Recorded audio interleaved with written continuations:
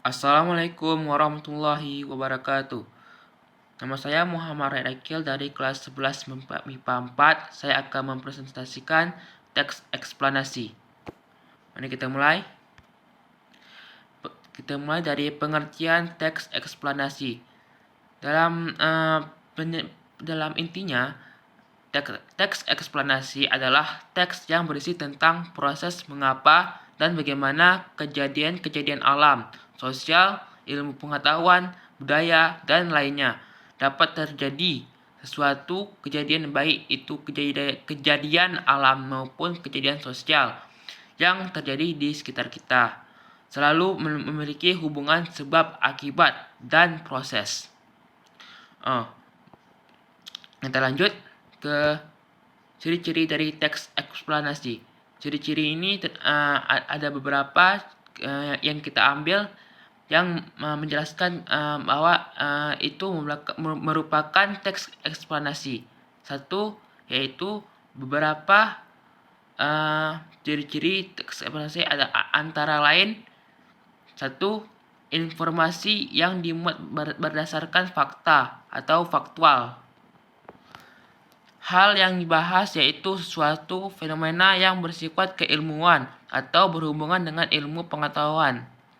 Ketiga, sifat informatif dan tidak berusaha mempengaruhi pembaca untuk percaya terhadap hal yang dibahas. Keempat, menggunakan kata penanda urutan. Kelima, fokus pada hal umum yang generik ya, bukan partisipan manusia, contoh tsunami, banjir, gempa bumi, hujan, dan lain sebagainya.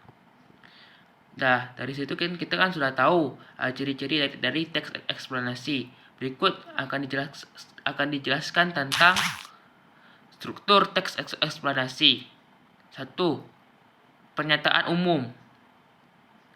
Di bagian pernyataan umum ini, sebuah teks eksplanasi menjelaskan tentang gambaran umum fenomena peristiwa alam yang akan dibahas. Intinya, bisa mengangkat tentang proses bagaimana fenomena atau peristiwa alam tersebut bisa terjadi. Kedua, urutan sebab akibat. Setelah kita mengetahui secara umum fenomena yang akan kita bahas, pada bagian ini kita akan menjelaskan tentang penyebab dan akibat yang ditimbulkan dari fenomena tersebut. Kamu bisa melakukan baik deskripsi dalam beberapa paragraf terkait sebab dan akibatnya. Bagian ini disebut juga dengan deretan penjelas. Ketiga, interpretasi. Interpretasi adalah teks eksplanasi dapat dikatakan sebagai penerikan kesimpulan. Kamu bisa memberikan tanggapan atau pernyataan terkait fenomena yang diangkat dalam teks tersebut. Oke, kita sudah dapat menjelaskan beberapa struktur, pengertian, dan ciri-ciri dari teks eksplanasi. Selanjutnya kita akan menjelaskan tentang kaidah kebahasaan dari teks eksplanasi. Adapun kaidah kebahasaan berikut ini. 1. Menggunakan kalimat pasif. Kedua, menggunakan konjungsi kausul atau konjungsi kasual dan waktu. Terdapat istilah ilmiah. Keempat, menggunakan kata kerja material dan rasional. Dan kelima, bersifat informatif. Berikut kita akan melihat contoh dari teks eksplanasi. Ini contoh dari teks eksplanasi adalah judulnya banjir. Banjir. Mendengar kata banjir memang sudah tidak asing lagi terdengar di telinga kita. Banjir adalah fenomena alam yang bersumber dari curah hujan dengan intensitas tinggi dan durasi lama. Pada daerah aliran sungai DAS, banjir terjadi karena sebab alam dan tindakan manusia. Penyebab alami banjir adalah erosi dan sedimentasi, curah hujan, pengaruh fisiografi, geofisik sungai, kapasitas sungai, dan drainase lahan, dan pengaruh air pasang. Penyebab banjir karena tindakan manusia adalah perubahan tata guna lahan, pembuangan sampah, kawasan padat penduduk di sepanjang sungai, dan perusakan bangunan pengendali banjir. Penyebab alami banjir sebagai akibat perubahan tata guna lahan, terjadi erosi sehingga sedimentasi masuk ke sungai dan daya tampung sungai menjadi berkurang. Hujan yang jatuh ke tanah airnya akan menjadi aliran permukaan atau runoff di atas tanah dan sebagian meresap ke dalam tanah yang tentunya bergantung pada kondisi tanahnya. Ketika suatu kawasan hutan diubah menjadi pemukiman, hutan yang bisa menahan aliran permukaan cukup besar diganti menjadi permukiman dengan resistensi aliran permukaan kecil.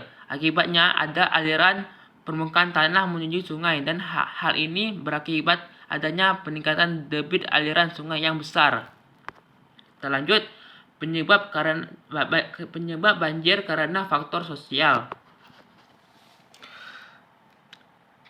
Perubahan tata guna lahan merupakan penyebab utama banjir dibandingkan dengan yang lainnya. Apabila suatu hutan yang berada dalam suatu aliran sungai diubah menjadi permukiman, debit puncak dan sungai akan meningkat antara 6 sampai 20 kali. Angka 6 dan angka 20 ini bergantung pada jenis hutan dan jenis permukiman. Demikian pula untuk perubahan yang lainnya yang akan terjadi.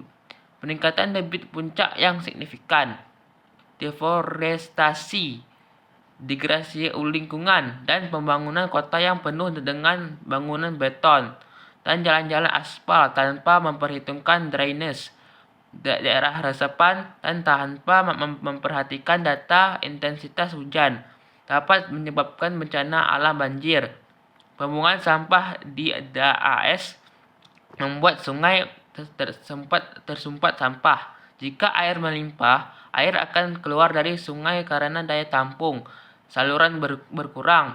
Kawasan padat penduduk di sepanjang sungai dry atau drainase sudah dapat menjadi penghambat aliran dan daya tampung sungai.